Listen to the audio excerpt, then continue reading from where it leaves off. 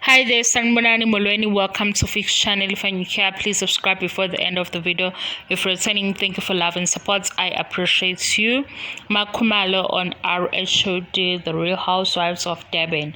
So ngicabanga ukuthi niyazi kube nama-comments amaningi, abantu bebala umzumbe, abanye bebala nje i-character kaMakhumalo ukuthi she's so humble and kubeka ngathi bathanda ukudlalela phezulu ikhanda lakhe.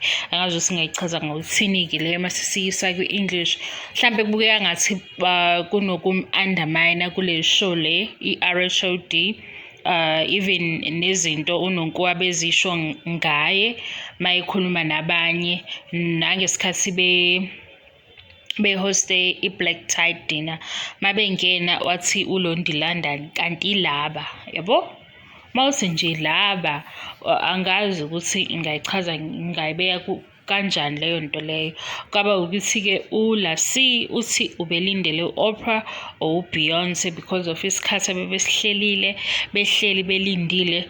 Kwaba nezinto eziningi. So kulama-comments amaningi-ke abantu bese ukuthi mhlawumbe uMakhumalo uphansi kakhulu ukuba uphansi ngokomoya, not ukuthi uphansi lokho okusho kum-undermine. Babe ukuthi umuntu obheke phansi, so la uhlangane nabantu abaze ngokuhleba, abaze ngale ndlela le ishow eyenziwa ngayo. So mabebheka i-character yakhe bayibheka ingafani nale show, ingahambisani ngale show ngaphandle ukuthi sibheke ukuthi unani. So kune-comment ethi omunye ba-choose the wrong Mseleku's wife because uMangwabe ubengafitha.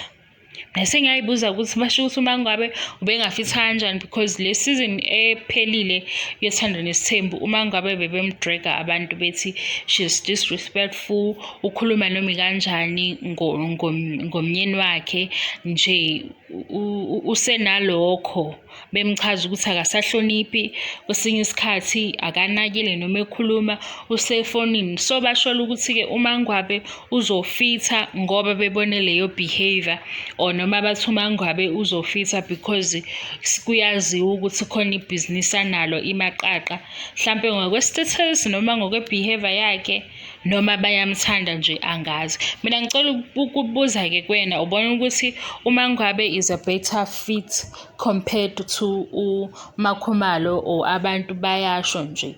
Because before iqala ishow abanye bebethi kuzovela izindlu zasemzumbe. Yavela-ke ngempela indlu kaMakhumalo but ayivelanga ngaphandle. I don't know why abantu bebe-complaina ngendlu ngoba sibona uMakhumalo engaphakathi. And enye into, even sibona izindlu zabanye akubi isikhathi eside nje asiyiboni indlu ngaleyo ndlela ukuthi usungazi ukuthi uyazi ukuthi indlu kabani injani.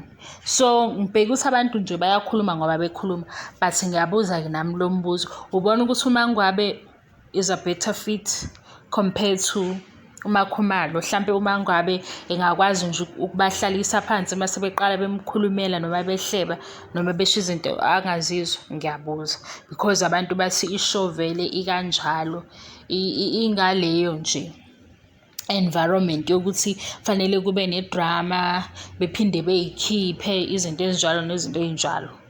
Ngizolinda-ke kuma-comments ukuthi abantu bathini, nami ngibe sengiphendula-ke lapho. Thank you so much for love and support. I love you and appreciate you. Bye bye.